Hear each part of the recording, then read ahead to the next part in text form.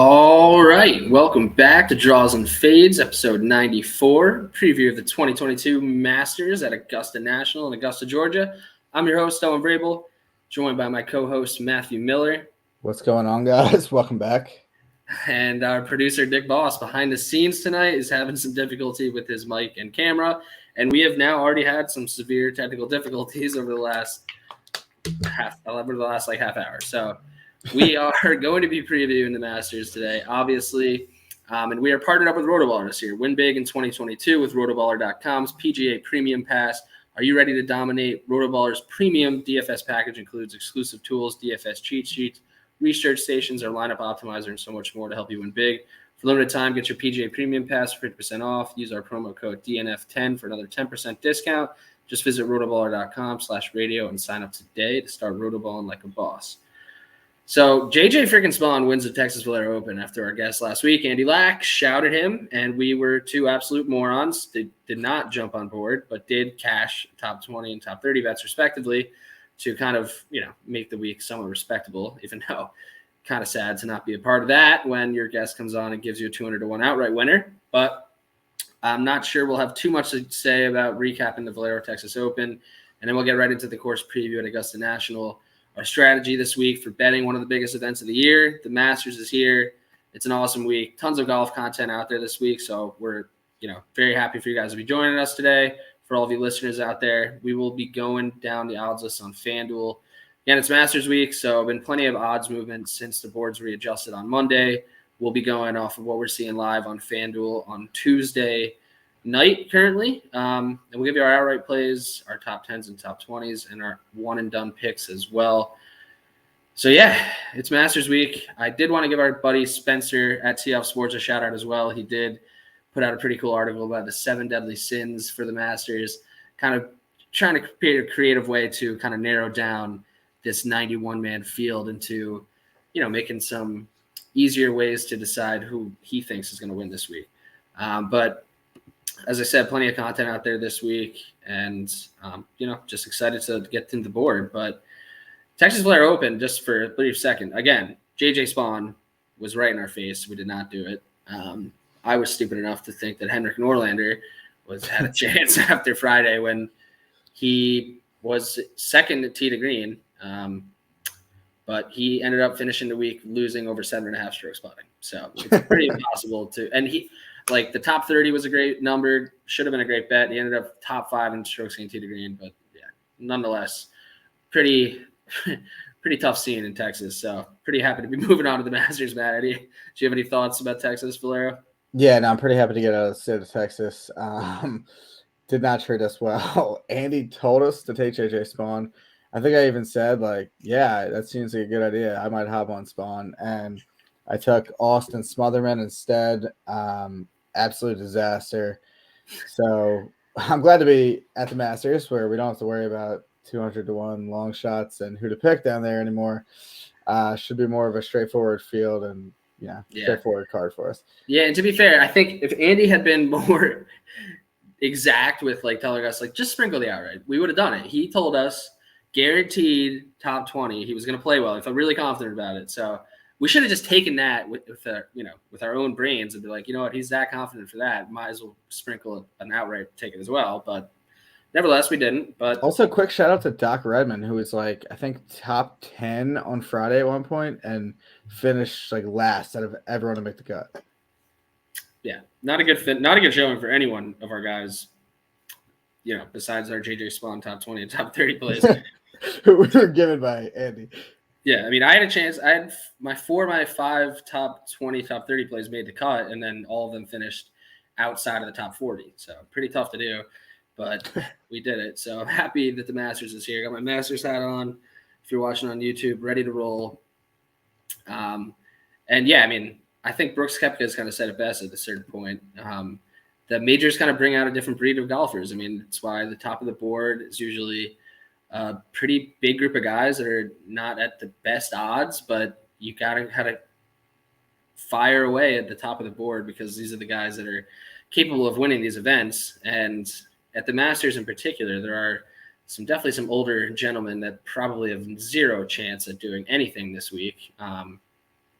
and some other guys that qualified in different ways that you could probably eliminate a bunch of people this week if you're kind of just looking at it strategically. So we'll get into those thoughts, but yeah, I mean, might as well get into it. I mean, I know people know Augusta Nationals. This is one of the most famous courses in the world, and we see it year in and year out. And we've seen plenty of different style players win here, but they did make a few changes this year, made it a little bit longer. I think relatively negligible to a degree. But Matt, if you want to get into what we're working with this week at Augusta, and then we'll hit the odds list on FanDuel. Yeah, I think everyone knows Augusta pretty well. I'll give kind of a brief description, but try to keep it shorter so we can get into the odds. Par 72, 7,435 yards, bank grass greens. They did add 20 yards to the par 5 15th this year. Took down a couple of trees as well. Like you said, nothing too major that I'm looking at. There's a lot of elevation changes, so it kind of plays longer than the yardage indicates as is. It's also supposed to be wet this week, a lot of rain in the forecast, so it might play a little bit softer, which would make it a little bit longer as well, less run out on those shots in the fairways. Distance is going to help here in general, especially if that is the case. It's not a necessity to win. We've seen all types of players have success here, but if you're not going to be long, you probably want to bring the rest of your game, pretty well fine-tuned. Otherwise, you're going to struggle here. Past winners, Hideki won last year at -10, Dustin Johnson -20 the year before. That was kind of that fall Masters. Tiger Woods -13, Patrick Reed -15, and I'll add in Sergio to the list as well. I usually only go 4 back, but I want to shout out my guy. Some things that I'm looking for this week in terms of statistics. I briefly touched on distance. Par 5 scoring, I think, is going to be crucial. I have a few numbers here, kind of in the last 4 winners and just what they did on par 5s that allowed them to win. Hideki Matsuyama last year shot -11 on the par 5s, won at -10, which is pretty ridiculous to think about. He was +1 on the rest of the course and won the Masters that way. So it really can be a make or break. Dustin Johnson, he won at -20, a bit of an anomaly because of how that was playing in the fall, but he shot -11 on the par 5s as well. Tiger won at -13, shot -9 on the par 5s, and Patrick Reed won at -15, shot -13 on the par 5s.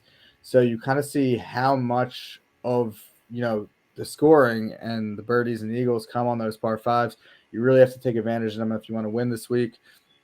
Some other things about the course, very difficult greens. You're going to want to bring your short game.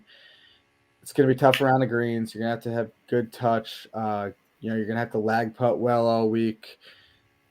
Experience is going to be key because some of these approach shots, you're not going to be able to go at the pin. You kind of have to know where you want to hit it into the green. 12 especially is that way, the par 3. And to kind of touch on more, so how much experience matters. First time winner to win the Masters. Kind of say this every time, but no one's done it since 1979, Fuzzy Zoeller.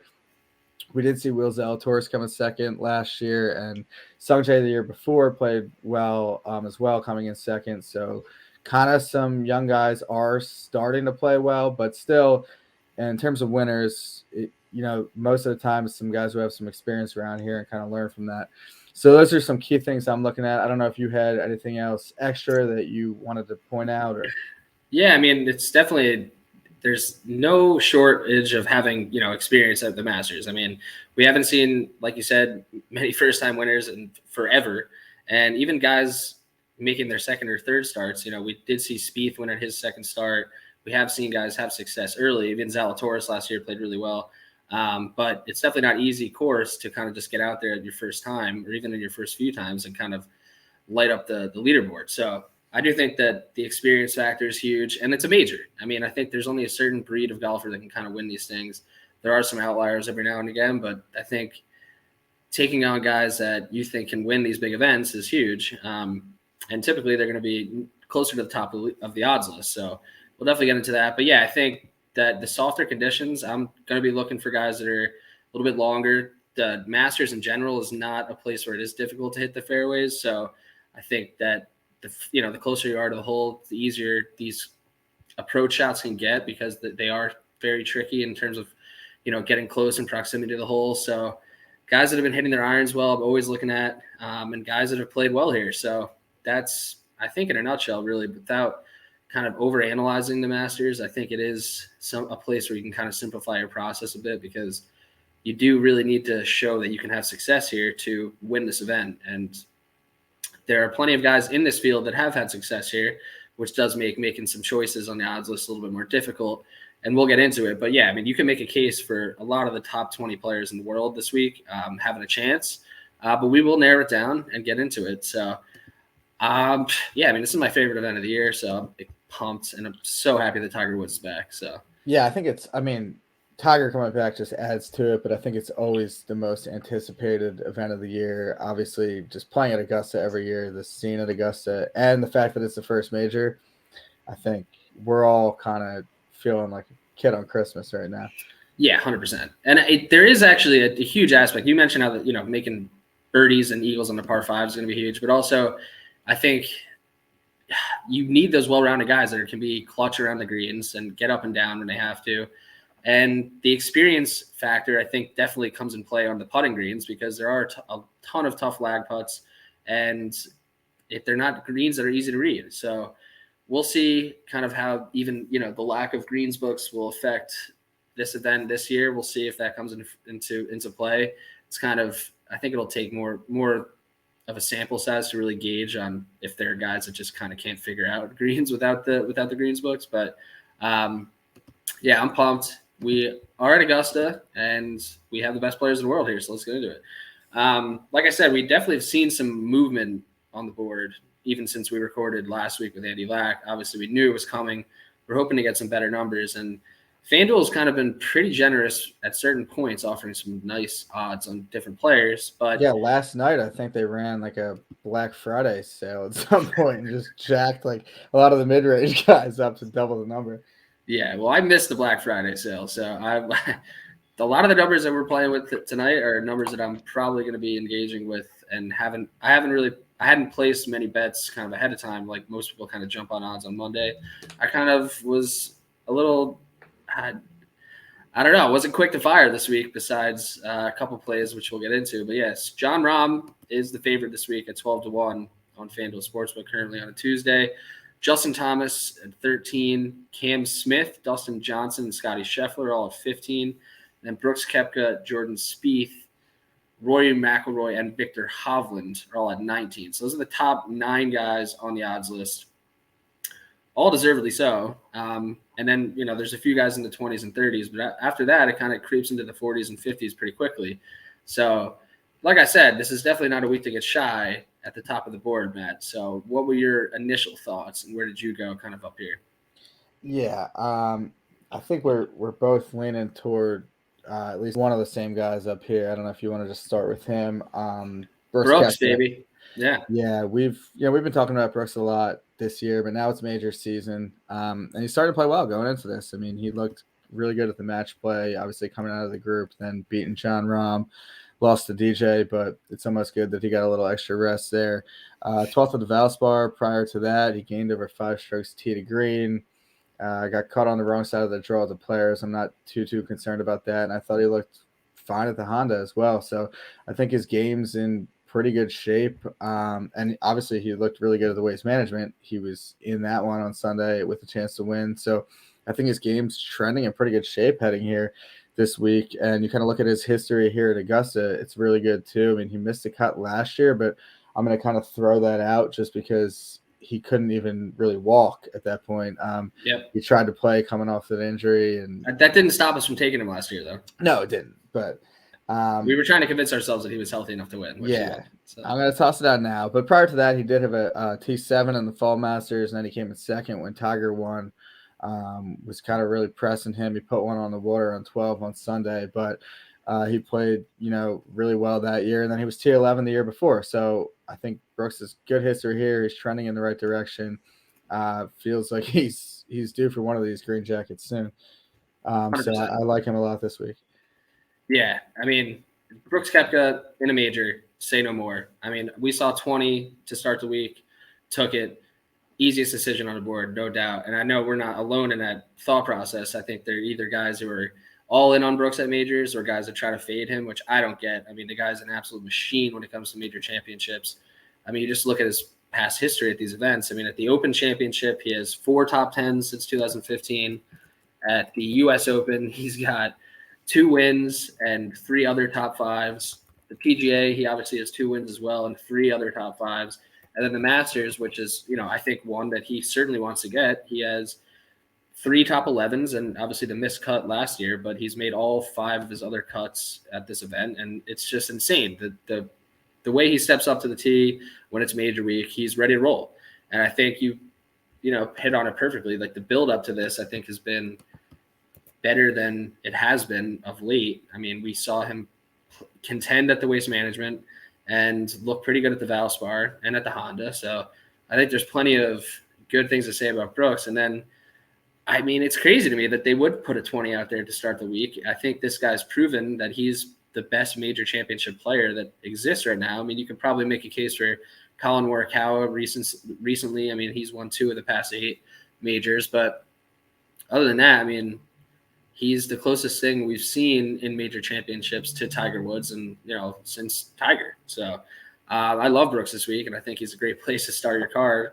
Obviously, he did move a little bit. He's down at 19, but I mean, I still think that's a very bettable number. So yeah, I love starting there. And then I think there were a ton of tough decisions to make. I definitely wanted to add another guy under 25-1, and you could make a case for a lot of these guys. I mean, Cam Smith and Scotty Scheffler, probably 2 of the hottest golfers on the planet right now. Scheffler is now world number 1, has looked phenomenal, and he's been a guy that you could see winning these type of events and hasn't been, scared at all in these bigger major fields.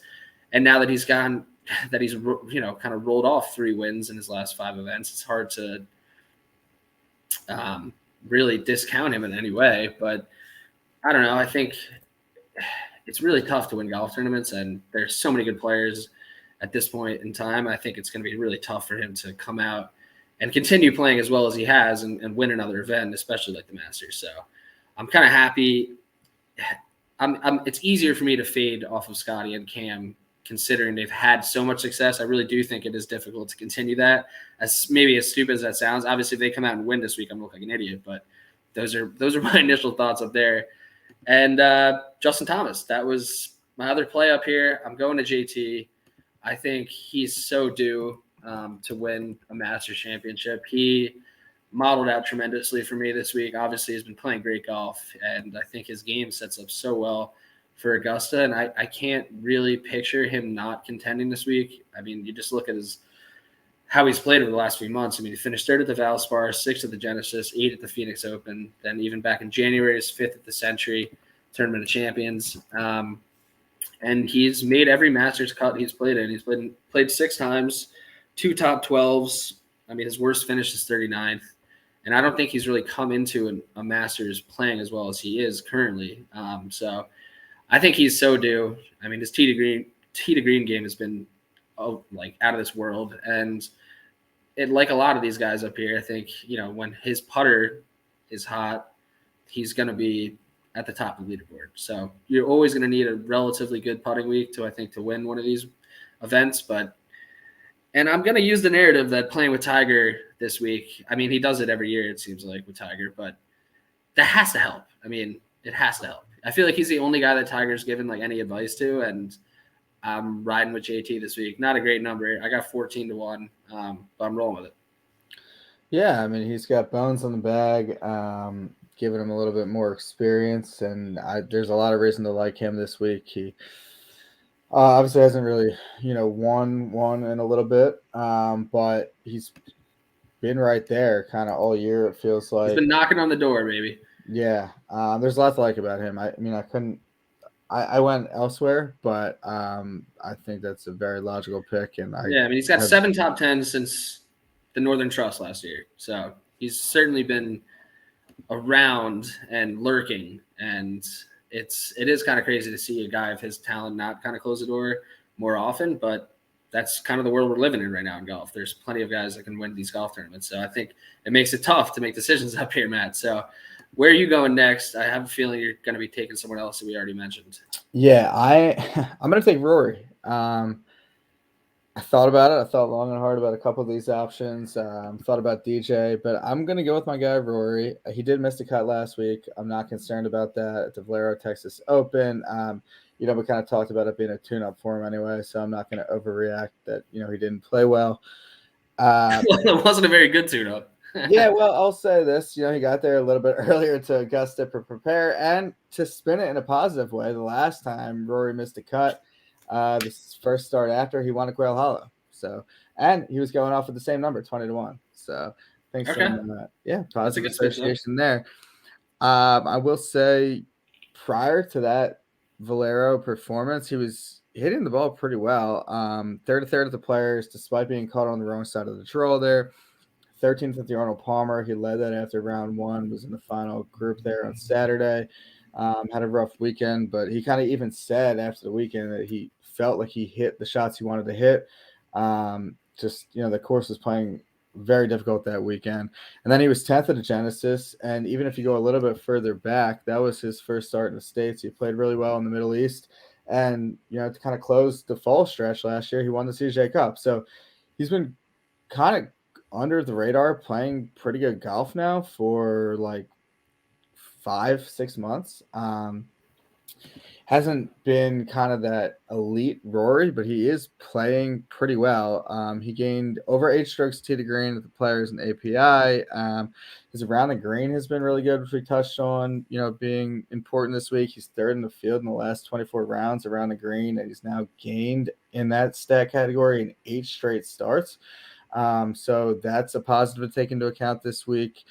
4th in the field in strokes gained on par 5s in his last 24 rounds. And he's come top 10 in 6 of the last 8 Masters. So, we know he could play well at this course. Obviously, the big thing is, will he get the career Grand Slam? I think he puts a lot of pressure on himself each year to do that. But I actually think, in a way, like Tiger coming back this week kind of took a lot of the pressure off of him, because no one's really he's not even a storyline at all. Like they're all talking about Tiger. He's kind of just flying under the radar. He's all the attention's on Tiger. No one's really asking him about the career Grand Slam. I feel like it's going to be beneficial for him to kind of have some of that spotlight off of him. Yeah, I think he's looked relatively lost. I will be a little surprised, I think, if he wins this week. But, you can make a case for a lot of these guys up here. So I can appreciate it. I don't like it, but I can appreciate it. I think I wasn't surprised he went to Rory this week. I think there are, I think Spieth is kind of in a similar category, besides the fact that he's obviously played better to an extent than Rory. Obviously, he does have a green jacket already in his back pocket, so he's not looked great at all. He was horrible putting last week. I think the only guy that putted worse than him last week was Henrik Nordlander, so he has that going against him if you're back in Spieth this week. But I think he could be a relatively intriguing option for a lot of people, because if there's one guy that can turn it around a putting week, it would be at the Masters for Jordan Spieth. So I also consider DJ, and I will say our producer, Nick Boss, did jump on the DJ train this week.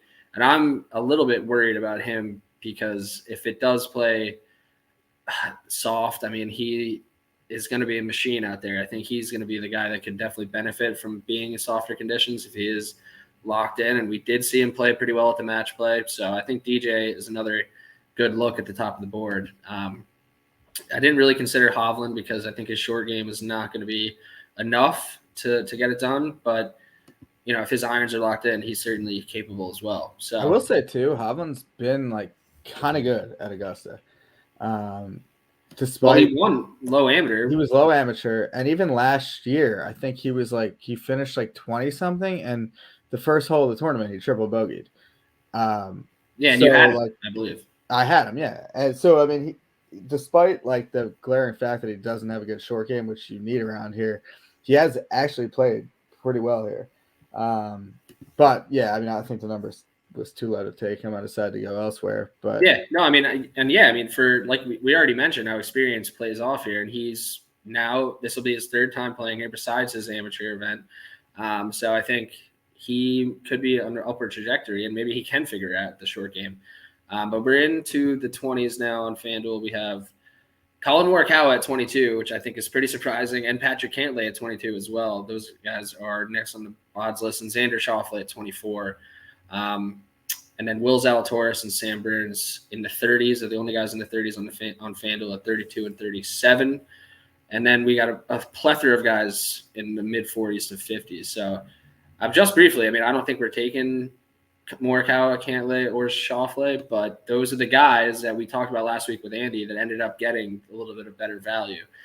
Probably deservedly so. I think Cantlay and Morikawa were considered like the top one of, if not the top two guys at a certain point over the last year. I mean, Morikawa's got 2 majors of the last 8. He just hasn't really looked like himself, so it's hard to back him. I definitely considered it, but instead of dipping into a better number, I went and ate the shittier number with JT, which I hope I don't regret, because I know I've said this a million times on this podcast, and Boss, if he could chat with us right now, would probably make fun of me, because Morikawa, I said if he ever leaks into the 20s at this point, he is a good bet. And I still do think that, but I'm not going to do it. So, but in the 30s, I'm a little bit conflicted. Sam Burns and Will Zalatoris are both 100% on my radar this week, which kind of goes against the narrative of having experience here, because this is Sam Burns' debut and Will Zalatoris' second appearance here, where we saw him play spectacularly last year.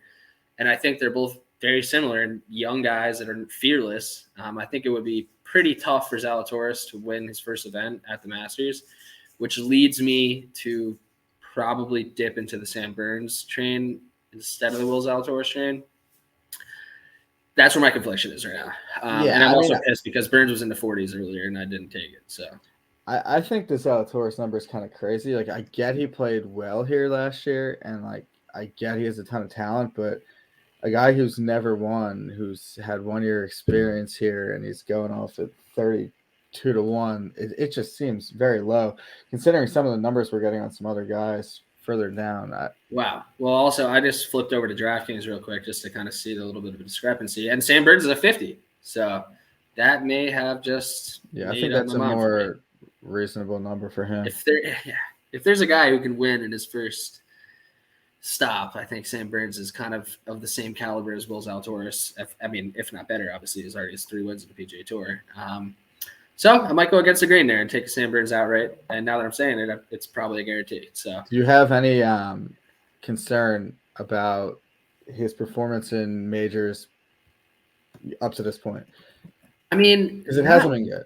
Yeah, not really. I think this is the best Sam Burns we've seen. Obviously, I mean, he has 3 wins over the last calendar year, and so we haven't really. I mean, he did miss the cut at the U.S. Open most recently, and then played pretty poorly at the Open Championship. I think finishing in dead last of people that did make the cut. But I think Sam Burns is kind of coming into his own here. So I already have a future bet on him at the PGA. So I kind of feel like I would be silly to not take him at the other majors as well. If this is going to be his breakout year, he could easily, I think he has the talent to win one of these events. So you know what? Once I saw that 50 on DraftKings, it kind of made up my mind for me. So thank you, DraftKings. Yeah, I mean, it's definitely makes it an easier decision when you're looking at 2 guys in the 30s. Now you can get one of them in the 50s. Right. Exactly. So that's where I went. Did you have any thoughts on Xander or Cantlay? I considered Xander a little bit, but I mean, the number didn't really drift that much. I mean, I get he's been really good here at Augusta. He came and tied for second as well the year the Tiger won, and then last year he had a chance before he just somehow hit it into the water left on 16, like the one spot that everyone knows you can't miss, and of course he did it on Sunday. That was a laughably bad shot. I mean, it was unbelievable. So it's just gotten to the point with Xander where like you've lost all faith. Yeah, it's just like 24 is not good enough for him this week. I feel like he's gonna get more people are gonna take him that are like kind of saying it, and everyone's kind of been thinking about it, but yeah, I couldn't get there at that number.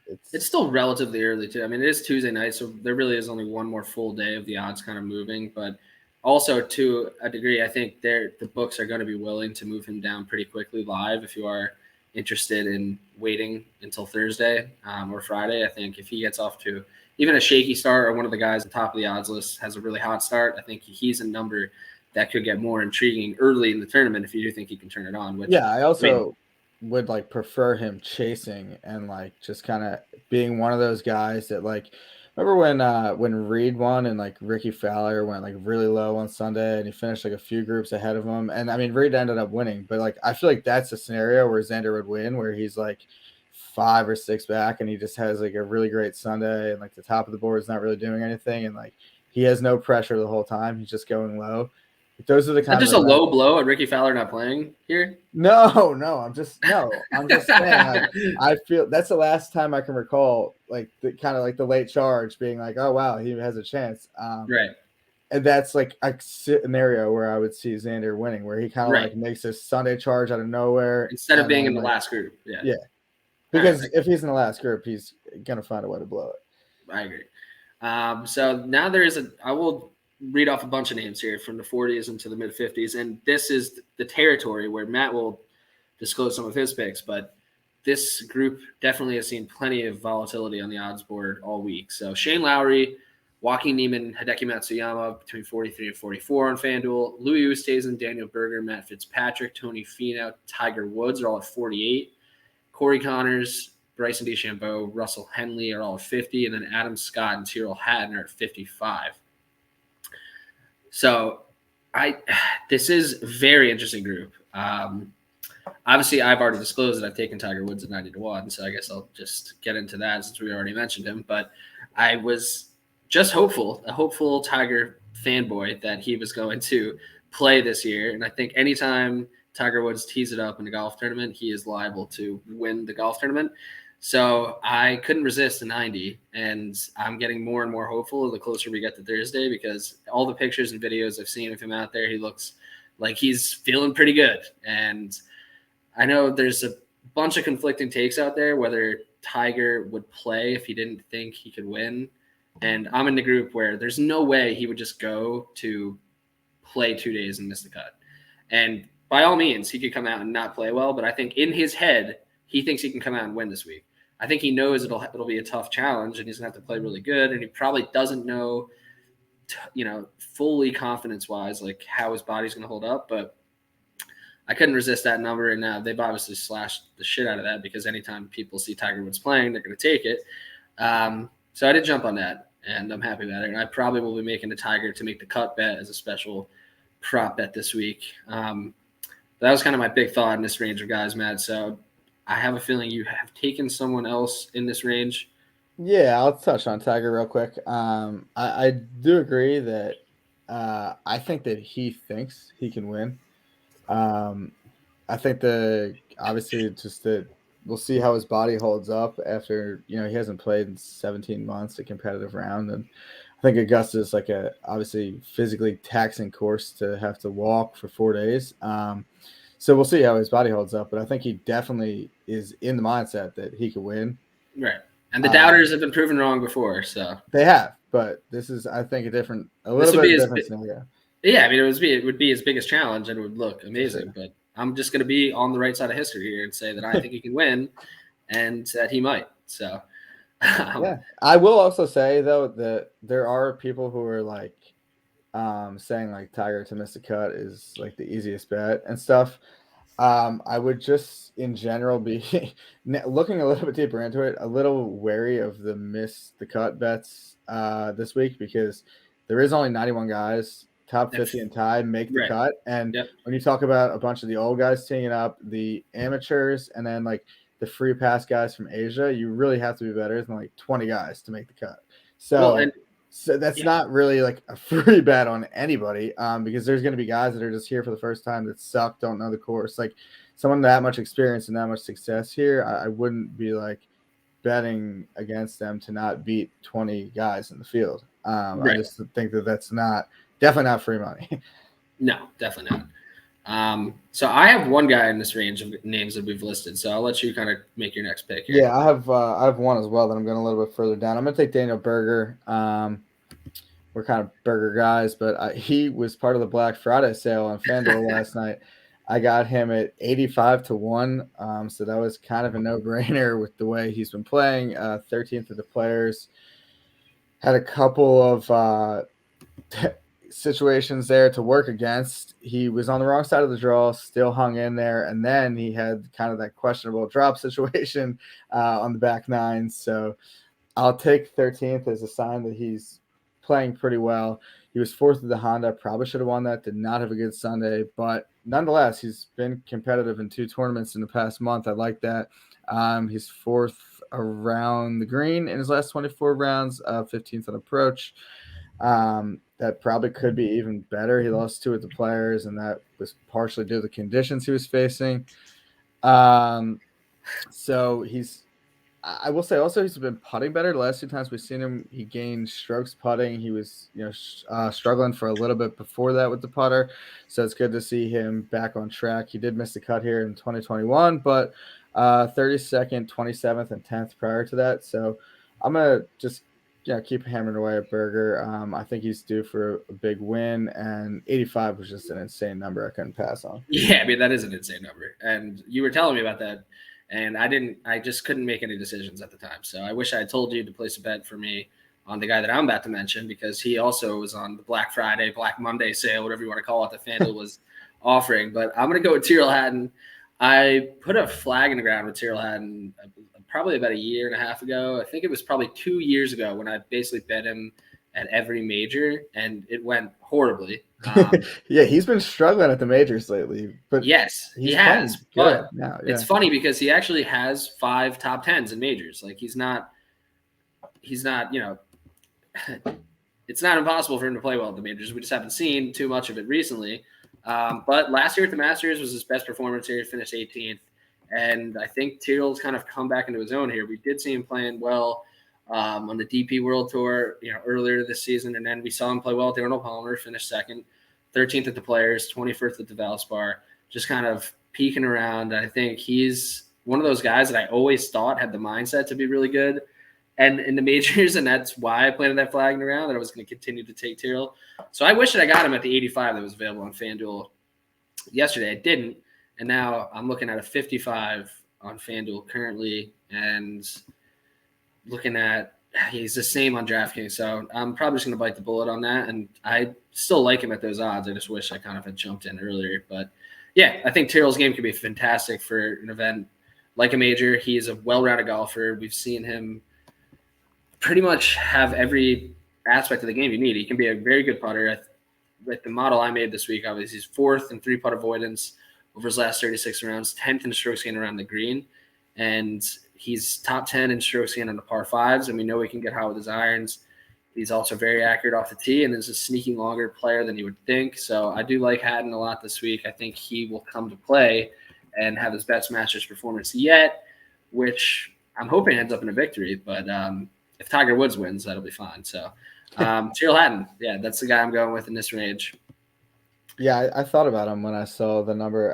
It was just kind of crazy. It all happened at once. I wasn't expecting it, and I grabbed a couple other names, and he wasn't one of them. But threw you off a little bit, yeah.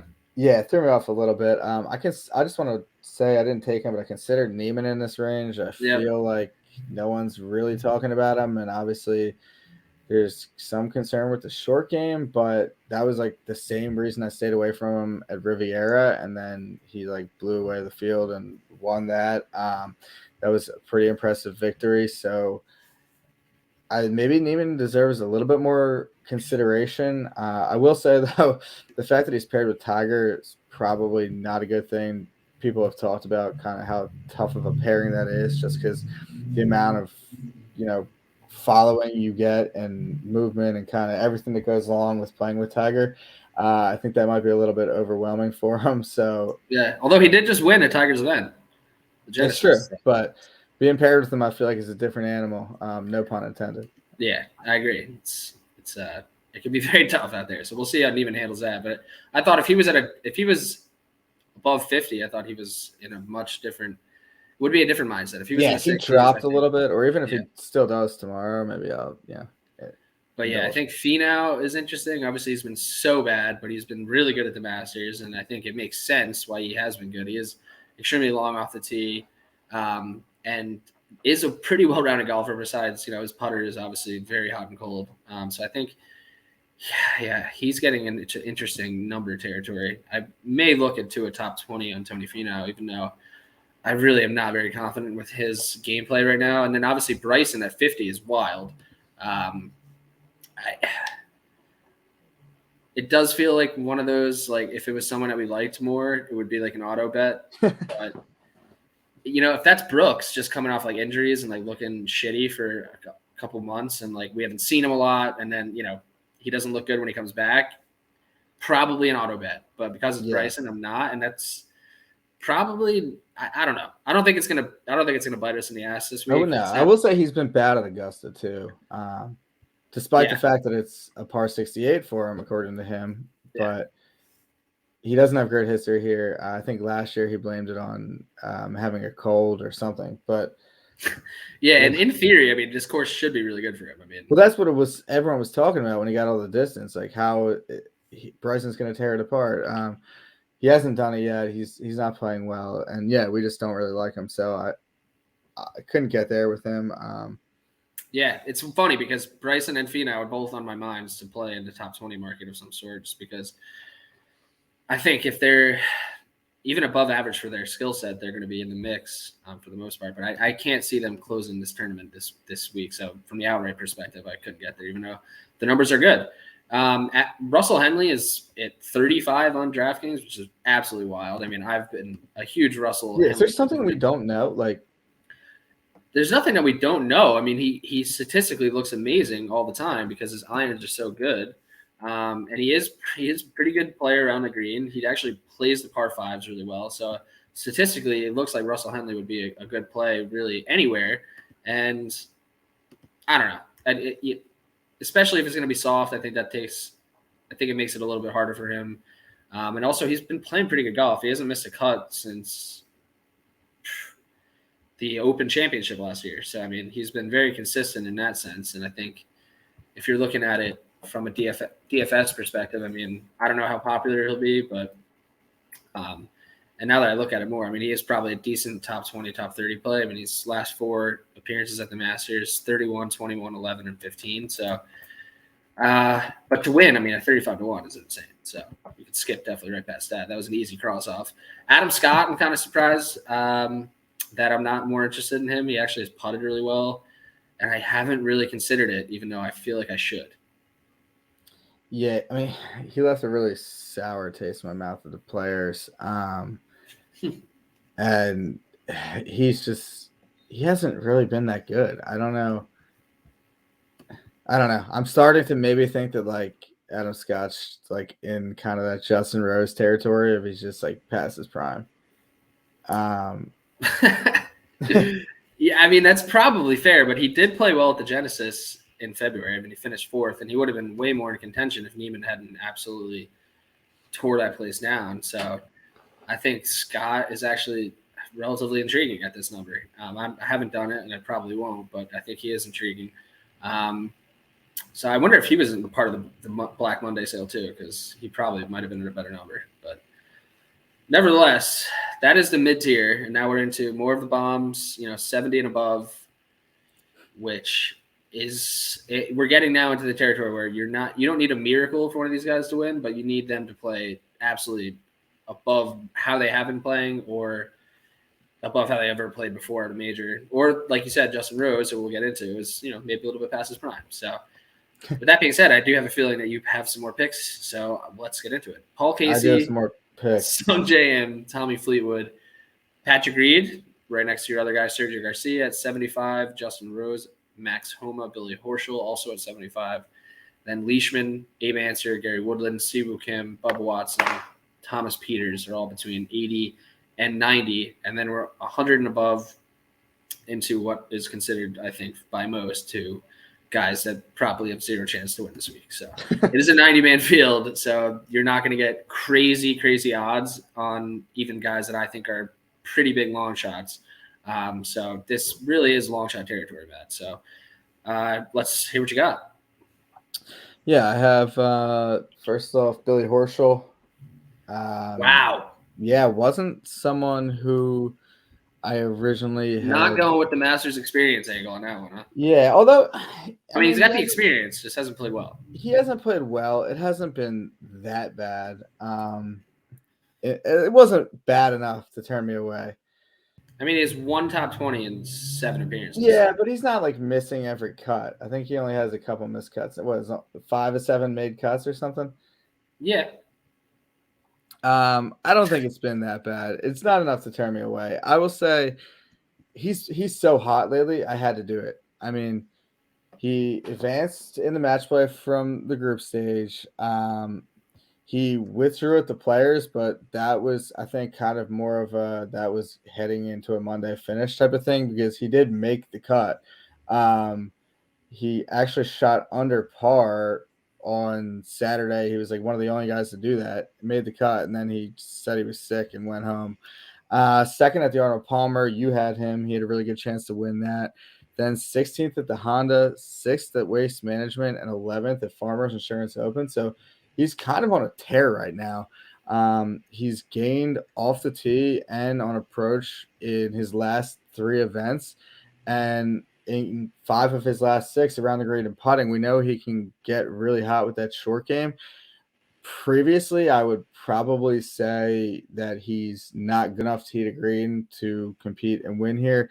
He's been a lot better, off the tee and approach than we've seen from him in the last couple of years. So I'm going to take a shot on him. I think 80 is a pretty big number. I think he has the ability to win big events. So he's certainly not going to shy away. He's not lacking in confidence. So I took a shot on it at 80. All right. Yeah. I mean, I can't get there with Billy. I feel like this might just not be a place that he's going to succeed at. But he does have the experience factor. He's qualified to play in this event. So I think that is something to be said about him at the very least. And he's playing some of the best golf in his career. So Godspeed, sir. Is there anyone else you're taking down here? Because I don't think I'm going to really be adding anyone down here. I've considered obviously our guy Abe. I think it'll be really tough for him to win this week, even though he has had some success here. I think if it does play longer, it's kind of a tougher spot for him to succeed. If it's soft conditions, I think the other guys can kind of thrive in that spot where he doesn't get the rollout on his drives and is going to be playing from farther back in the fairway. But I mean, we'll see. I mean, he has played well here, so yeah, that would be my other consideration. You're going to do it. Right. Yeah, I got an 80 to 1. I'm not going to shy away from Abe. I mean, he was in the final group here in 2020. That's enough for me really to get there. He's going to have to be a lot better around the green than he's been. I'll say that. He hopefully has been working on that for the past week because he kind of had that mysterious withdrawal last week. I will say he does have a mustache this week. Maybe that'll kind of give him switch some things up a little bit. Strokes gain good vibes. Yeah, he is good at 3-putt avoidance, so I like that. And he's starting to putt a little bit better lately. Yeah, like you said, I mean he's kind of short, and his around the green has not been good, but he's had success here before, and that was in kind of soft conditions in November. So we'll see. I'm going to take a shot at him, and then I'm also going to take Sergio at 85. Could not resist. Watch the video of the 2017 victory this week to kind of get me pumped up for Sergio there. He's playing all right coming into this. I mean, 26th at the Players, 38th at the API, and 39th at the Genesis. Played pretty well in the Middle East too, so it's kind of as consistent as we've seen Sergio in the last couple of years. I'm used to kind of seeing him pop up and play well occasionally and then miss a bunch of cuts. It hasn't really been the case lately. He's great off the tee. He's third in the field in the last 24 rounds. His irons have been bad lately, which is very uncharacteristic. But I'm hoping he could just kind of turn it on. Obviously, he's won here before, has some good history. He's a good par 5 scorer. And he just knows the course really well. So I can see him kind of being one of those sneaky veterans that hangs around. So I will be on him as well. All right. I mean, hey, you got a bunch of good numbers out there. You got Berger at 85, Answer at 80, and then Sergio and Horschel above 75 as well. So plenty of value out there, I would say. I think it's going to be tough for them to win this event, but they all have the capability of doing it. So I don't hate any of those at all. I guess once I got the Tiger at 90, I felt like I kind of had my long shot, so to speak, even though I'm not going to call Tiger Woods a long shot when he's won here 5 times.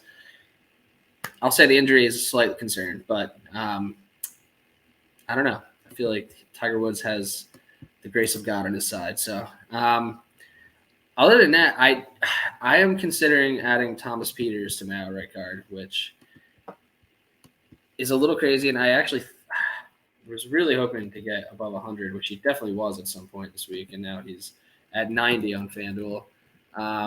Oh, you know what? He's 130 on DraftKings, and that's enough for me. So there it is. Thomas Peters will be added to the outright card as my true long shot. He has only played here twice, finished fourth back in 2017, which was his debut. So I think him coming back here, and we saw him play actually pretty well at the match play. Even though he didn't make it out of his group, you tweeted that out. He had like, what was a stat you saw that he had the most birdies? Yeah, he had the most birdies out of anyone. He was 15 birdies, I think, or something like that. So yeah, I like Thomas. I mean, he's extremely long off the tee. We haven't seen him play particularly great at any event of note recently.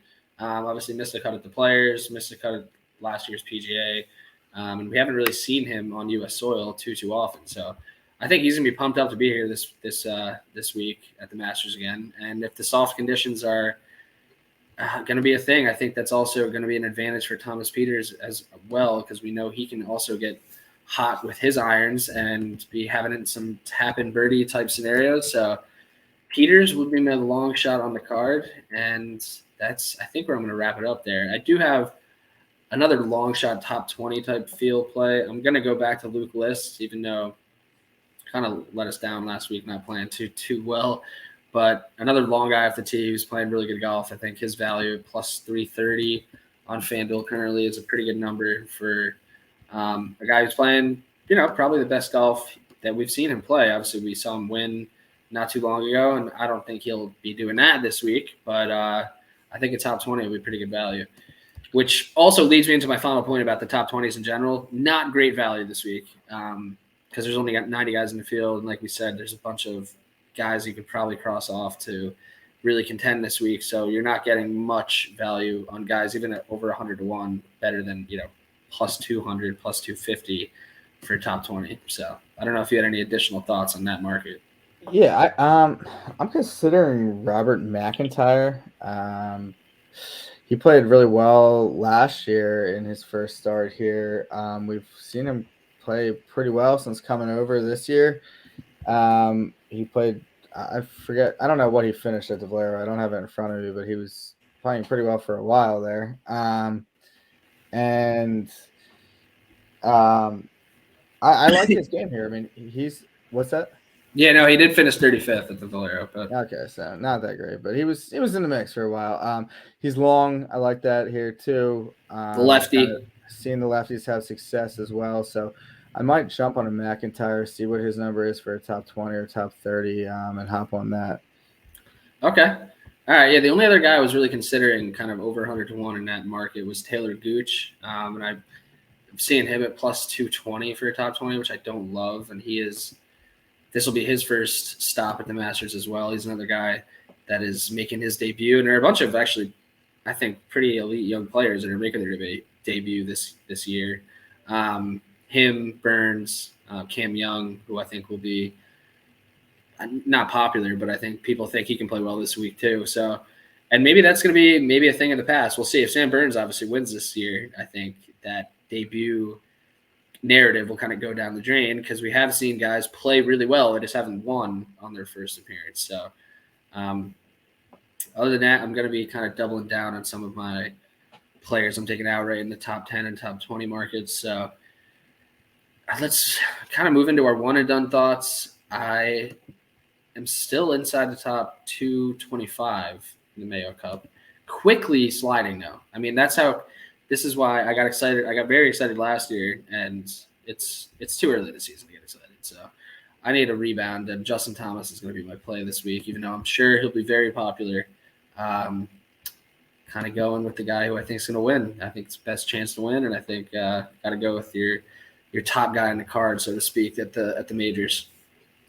Yeah, I'm with you. I've already used Rory, so kind of a no-brainer for me. I'm going to take Brooks. I would be shocked if he did not play well this week and give himself a chance over the weekend. So I feel pretty good about that one. I'm sure he'll be pretty popular as well, but that's just what I'm going to do. Okay. All right. So I got JT, you got Brooks, and looks like Boss is going to be taking Rom for one and done. but he says he also is admittedly a moron and is in pretty close to dead last in this competition this I will year. say, So. yeah, we didn't touch too much on John Rahm, but obviously he's had good history here as well. Yeah, I mean, Rahm is. If his game is on, he's going to be certainly in contention. Has played I very kind well. of hope that we get to the point where Rahm continues to struggle for like another month or so, and then he's like the guy we kind of see drift a little bit. Yeah. Well, I think it's going to take a lot for that to happen. Yeah, but we say that, but then it's like it's crazy how quick all that changes. Like Patrick Cantlay was going off with such low numbers. Now he's 22. Like even DJ was world number 1 for so long, and then like last year we were getting him at like 20-1 in majors. I feel like if Rahm hasn't been bad, but I feel like maybe another month or two of this, he might start to slide into, I don't know, the late teens. Yeah, that's fair. Yeah, I mean, and if that's the case, yeah, he's going to be much more appealing. And we've already seen a little bit of a drift on him. I mean, he's started to come back. He was under 10-1 in some events, and now we're seeing him. It is the Masters. I think we don't see a ton of guys go off at under 10-1, but the year DJ won, he was at 9-1. So Rahm has definitely slid down the odds list a bit, and we'll see if that continues. But yeah, just to recap, I mean, I'm going with guys up top, JT and Brooks. Burns at 50 and Hatton at 55, and then Tiger Woods at 90 and Thomas Peters at 130. I'm going to be taking a combo of top 10s and 20s on Brooks, Burns, and Luke List and Zalatoris. I think I'm going to add in there, even though I'm not taking him outright. So that's where I'm at, Matt. How about you? Yeah, I have outright Brooks and Rory up top, and then going down the board with Berger, Billy Ho, despite the hate on the show for it, Abe Answer, and Sergio. And then I'm probably going to take some sort of combination of that for top 20s or 10s. And I'm going to add in Bobby Mack as well. I do like Peters, so maybe I'll slide him in a top 20. I think it's a big ask for him to win, but he has played well here. So I'll see if It I looks can like work him Boss in is there going with somewhere. DJ Brooks and Tiger for his outright picks, and obviously taking Rahm and one and done. So another week in the books. Appreciate y'all for listening. We'll get back after it next week, but let's hope we hit our winner this week at the Masters. Let's go.